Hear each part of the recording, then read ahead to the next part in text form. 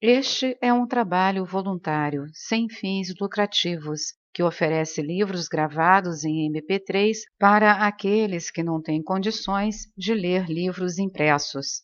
Para ouvir este e outros livros gratuitamente na íntegra, acesse nosso canal e leia as instruções na aba Sobre.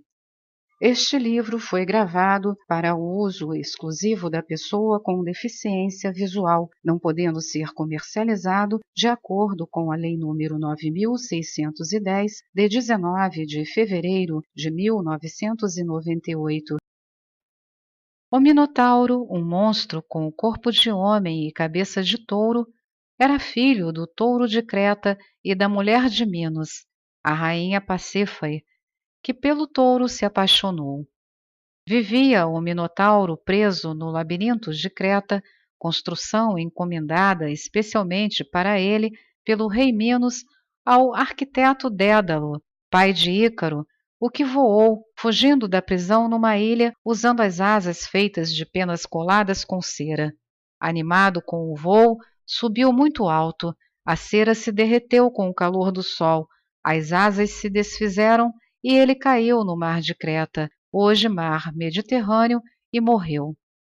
O labirinto de Creta possuía internamente um complicado sistema de corredores, salas e passagens que impediam a quem ali entrasse, porque se perdia no intricado sistema, de encontrar a porta de saída. Porta, aliás, que não existia, porque sendo construído para ninguém sair dele, ali só havia porta de entrada. Por essa época, os torneios, competições e jogos eram eventos constantes entre os vários reinos da Grécia. Neles, os jovens gregos iam buscar para os seus reinos os louros das vitórias conseguidas nas arenas esportivas. Dentre as modalidades disputadas, uma das mais perigosas era o enfrentamento dos touros na arena. Havia frequentes acidentes e até mortes. O rei Minos, de Creta, tinha um filho, Androgeu, que foi morto por um touro numa competição em Atenas, então capital do reino da Ática. Minos, furioso, culpa o rei Egeu, da Ática, pela morte do filho.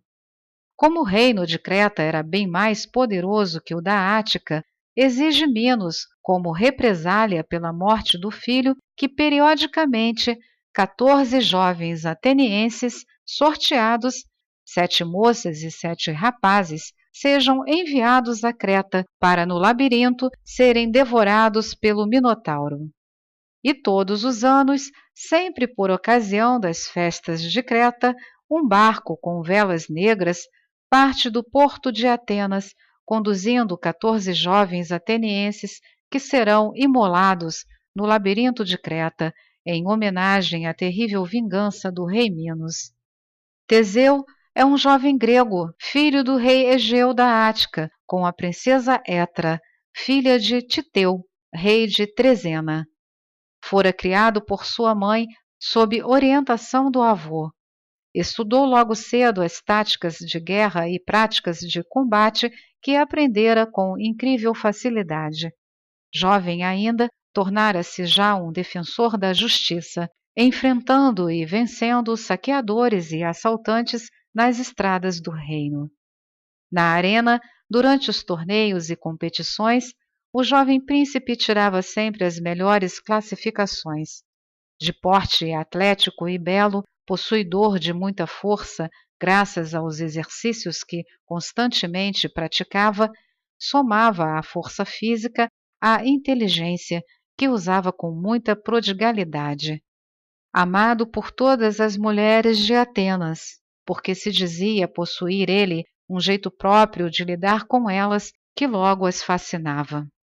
Chegou o dia fatídico do sorteio, no caso do azar, dos jovens atenienses que seguiriam para a imolação no labirinto de Creta.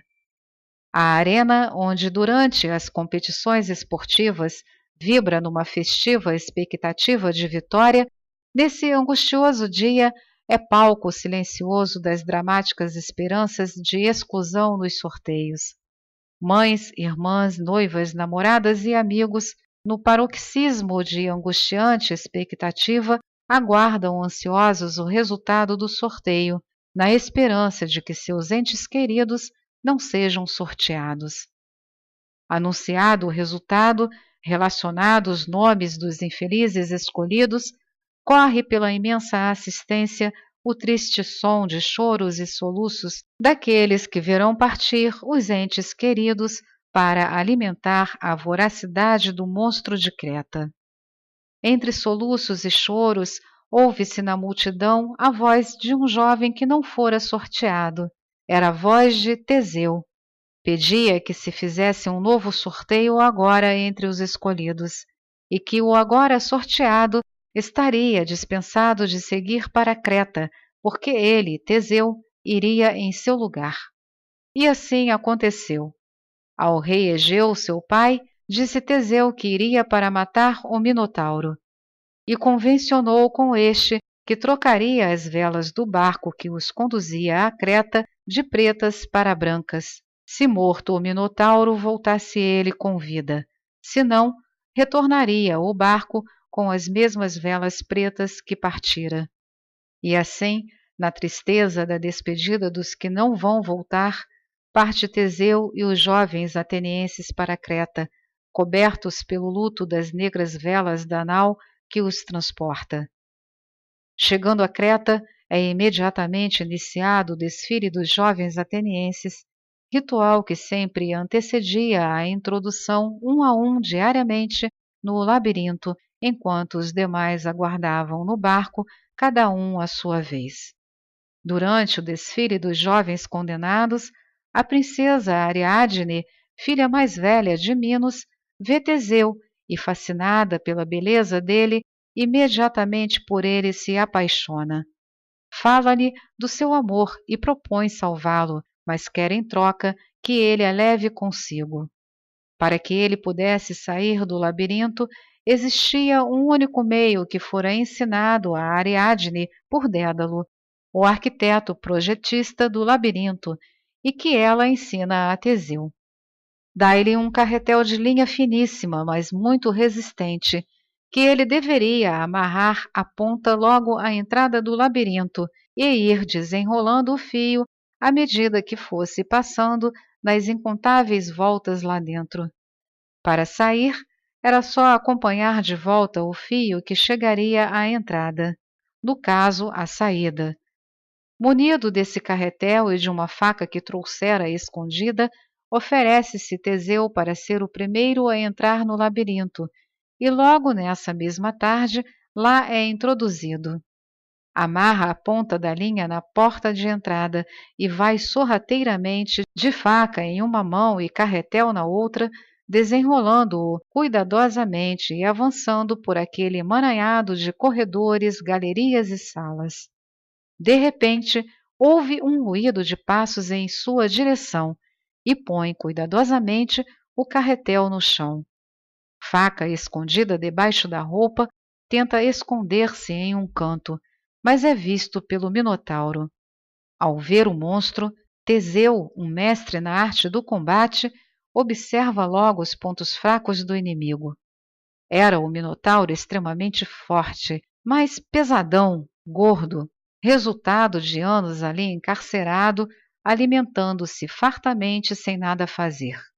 Na luta, percebe logo Teseu, ele teria a vantagem da agilidade, e a tática a ser usada seria a de não se deixar envolver por aqueles possantes braços.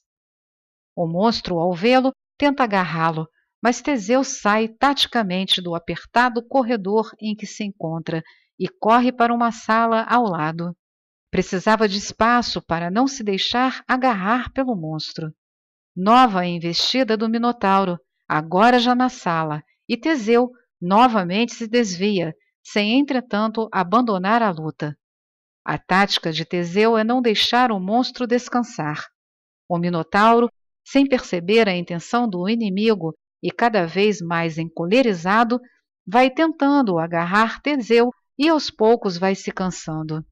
Quanto mais encolerizado, fica o monstro mais cansado, e vai Teseu instigando-o ao combate. Num ímpeto de fúria, sem perceber a faca de Teseu, sempre escondida, acostumado a atacar suas vítimas sempre desarmadas, avança pesadão para Teseu e, na ânsia de agarrá-lo, abre os braços, deixando completamente desprotegida a sua região cardíaca. No exato momento, tecnicamente ideal, crava-lhe Teseu com a sua faca certeiro golpe no coração, prostrando-o morto. Apanha então o carretel e, guiando-se sempre pelas passagens do fio por ele desenrolado no carretel em sua vinda, chega à porta de entrada do labirinto, onde Ariadne ansiosamente o espera. Anoitece. Embarcam os dois e zarpam rumo a Atenas. Além deles, vão ali também os outros jovens atenienses salvos da feroz vingança do rei Minos. Enquanto aquele barco conduzindo os jovens salvos singrava as águas azuis do então mar de Creta, hoje mar Mediterrâneo, em Atenas o bondoso rei Egeu, pai de Teseu, mantinha-se noite e dia no alto de um penhasco à beira do mar. Perscrutava permanentemente o horizonte para as bandas de Creta, tentando ver ao longe as velas brancas que anunciariam a volta do querido filho. Numa tarde, já no anoitecer, vislumbra ele lá longe no horizonte o aparecimento de um barco e logo o identifica como sendo o que conduzira os jovens atenienses a Creta. Uma dor profunda invade aquele amoroso pai. O seu velho coração parece que vai parar de tanto sofrimento, e no paroxismo daquela insuportável dor, joga-se ele lá do alto do penhasco, morrendo no então mar de Creta, hoje mar Mediterrâneo, que em sua memória passou a chamar-se, a partir de então, de mar Egeu. Teseu, certamente envolvido pelo amor de Ariadne, esquecera-se de mudar as cores das velas do barco, como fora combinado com o rei seu pai. Ao chegar a Atenas, foi Teseu aclamado rei, mas não aceita o trono. Manda que a população escolha livremente, democraticamente, um governante para aquele reino. Aceita ficar no comando das forças armadas do reino, área em que era comprovadamente um mestre. Foram essas, talvez, as primeiras eleições governamentais democráticas realizadas na Terra. Esta é mais uma edição do canal Livros Falados Voz Humana. Que o bem, o bom e o belo se multipliquem em benefício das criaturas.